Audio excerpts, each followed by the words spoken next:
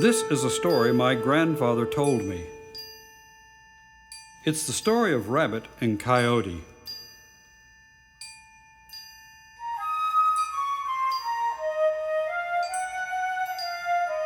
On a night with the full moon, Rabbit went into a hot pepper patch.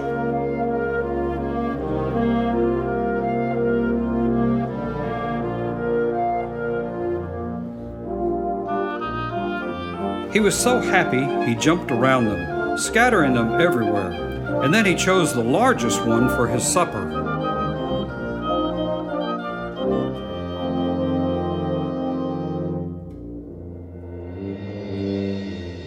As the sun came up, the farmer went to check on his peppers.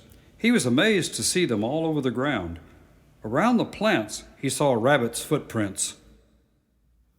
Then he had an idea. With beeswax, he made a doll to trap the furry thief. He stood the doll in the middle of the garden and left. At sundown, Rabbit came back. He approached to say hello and asked for some hot peppers.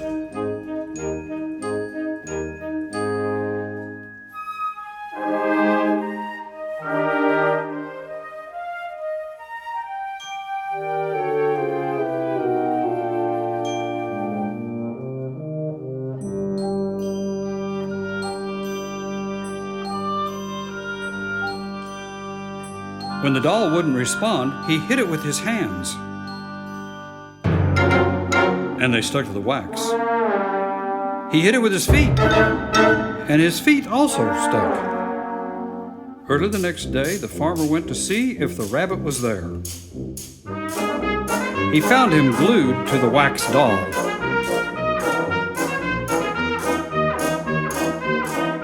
He put him in a net and took him home. As soon as he got there, he hung up the net and heated up some water to cook him in.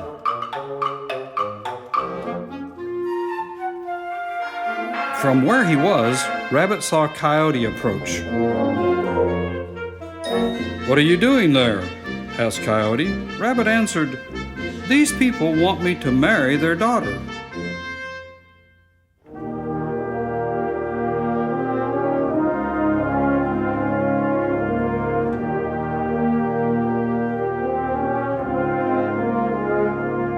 "But I'm too young. Why don't you take my place?" "Look, the water for hot chocolate is ready." When the farmer untied the net, he saw Coyote inside. "You're going to pay for this," he told him, and he put him in the boiling water. Coyote jumped out and ran off yelping.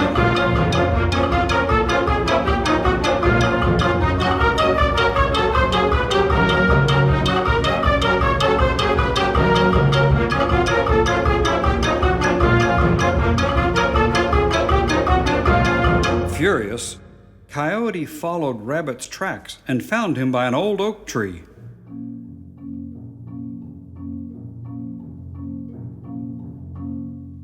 "Now I'm going to eat you up," he said. "If you eat me, who's going to help the little children in this school?" Rabbit answered, pointing to a beehive.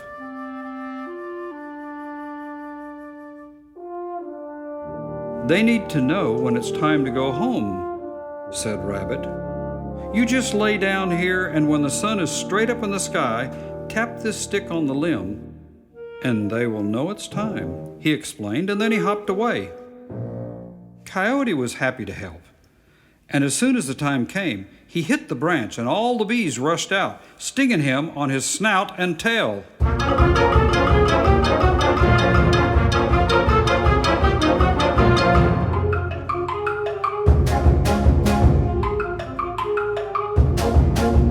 A little later, he got up and went to look for Rabbit once again.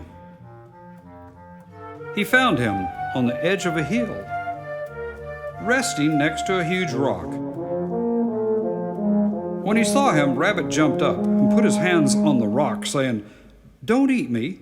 Can't you see that if I don't hold on to this rock, it will fall and the world will end? What you should do is help me." He told Coyote to hold up the rock while he got some help. Coyote believed him and held up the rock while Rabbit ran off.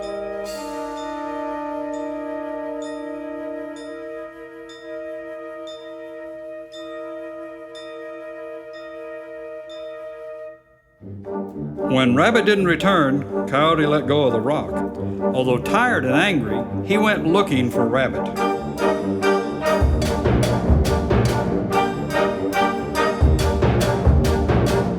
It was getting dark when Coyote found Rabbit on the banks of a pond. He was about to eat him up when Rabbit said, "Why are you going to eat me, brother? I was waiting for you so we could eat that cheese you see over there."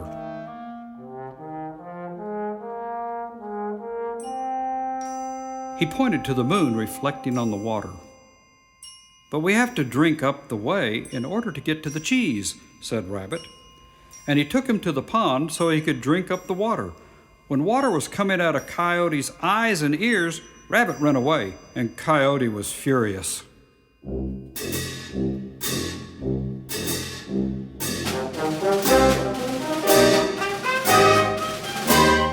But Rabbit knew of a ladder that would take him far away from Coyote, all the way to the moon, so he began to climb. He got to the moon and saw old Coyote looking for him in the sky, howling in frustration.